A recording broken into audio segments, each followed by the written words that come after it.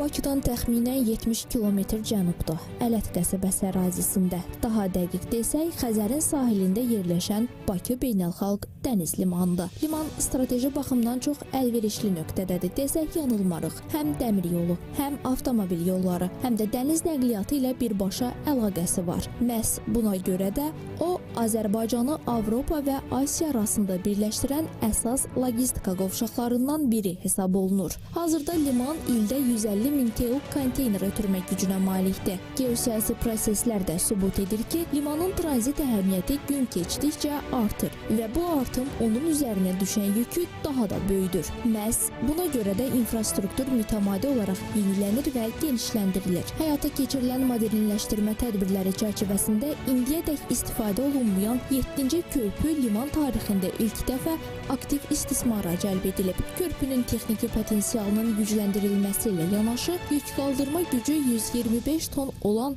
yeni nəsil kran da istifadəyə verilib.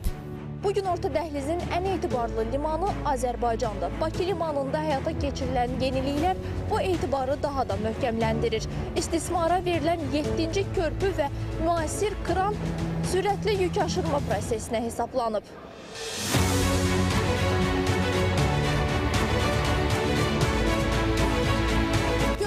Bu kran limanda ən ağır yüklərin asan, çevik və təhlükəsiz daşınmasına hesablanıb.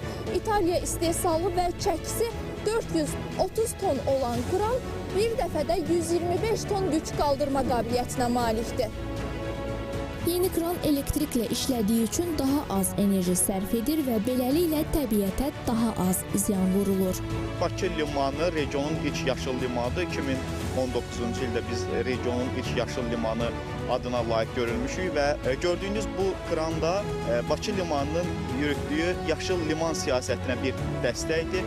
Çünki bu kran ekologiyanın dostu kran adlanır. Çünki bu kran elektrik enerjisi ilə işləyir, amma kranın bir üstün cəhəti də odur ki, ehtiyac yarandığı təqdirdə biz bunu dizel mühərriklə də istifadə edə bilərik. Həyata keçirilən layihələr çərçivəsində limanın illik konteyner aşırma qabiliyyəti 260 min TEU səviyyəsinə çatdırılması gözlənilir. Yeniliklər bununla yekunlaşmır. Regionun yaşıl limanı infrastrukturunu genişləndirmək niyyətindədir. Artıq 4 istiqamətdə bizim prioritetlər müəyyən olunmuşdur. Bunlardan biri deməli Xəzər dənizinin səviyyəsinin enməsi ilə bağlı onun dib dərinləşdirmə işlərinin həyata keçirilməsidir.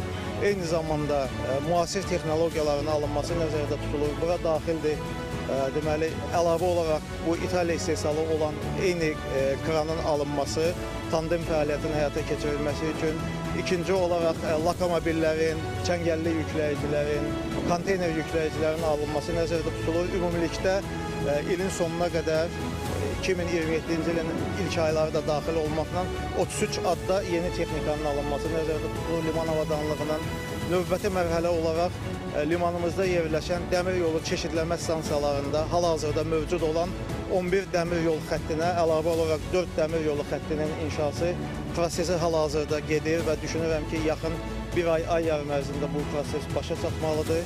Zəngəzur dəhlizinin açılması Orta Dəhlizin imkanlarını daha da genişləndirərək regionda nəqliyyat əlaqələrini yeni mərhələyə daşıya bilər. Limanda bu məsuliyyətin fərqindədir və artan yük axınını qarşılamaq üçün infrastrukturunu son sürətlə yeniləyir.